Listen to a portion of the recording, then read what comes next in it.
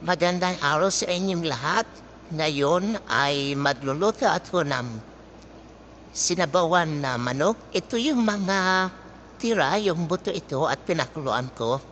Pagkatapos niyan, aalisin ko yung mga buto at yun ang gagawin kong pang sabaw ng manok na may gulay.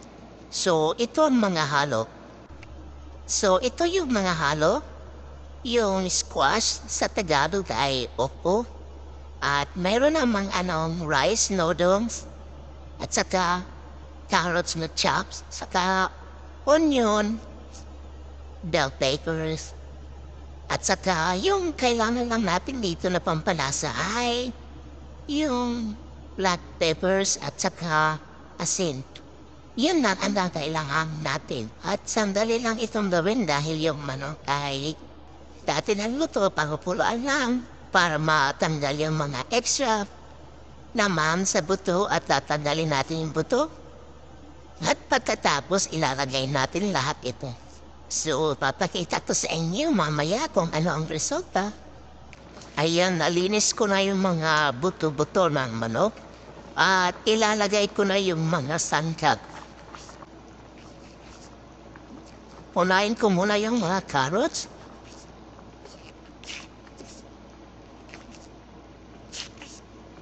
At saka bell peppers. Saka hiniwang onions.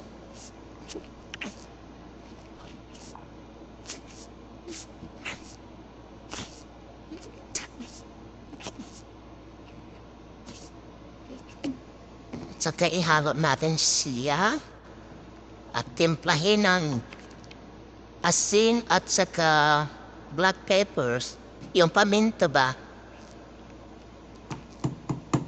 Madali lang ito maluto, so sandali lang ito.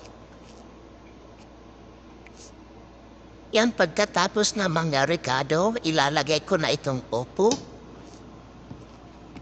Ito yung pinakapanhuli. Yan siya.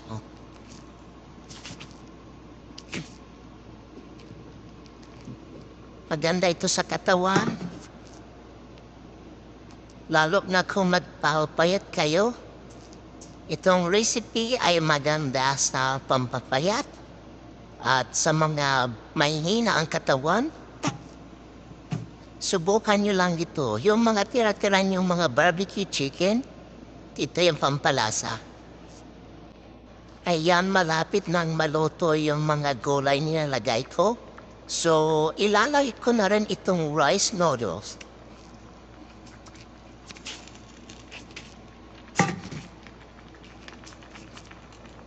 Ayan, pagkatapos nyong ilagay yung rice noodles, patayin nyo na yung apoy para hindi ma-overcook.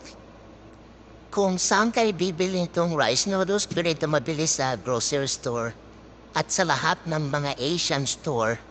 So, lahat ng ingredient dito nasa tindahan at madali lang itong makuha. At kung mayroon kayong tanim nitong opo, ito na lang gamitin nyo.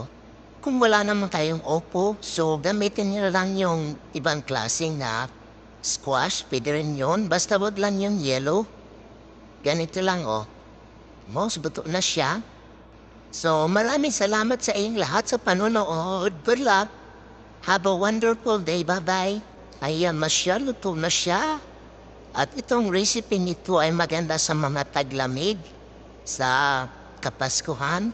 Subukan nyo itong gawin. Sandali lang ito at hindi mahirap gawin.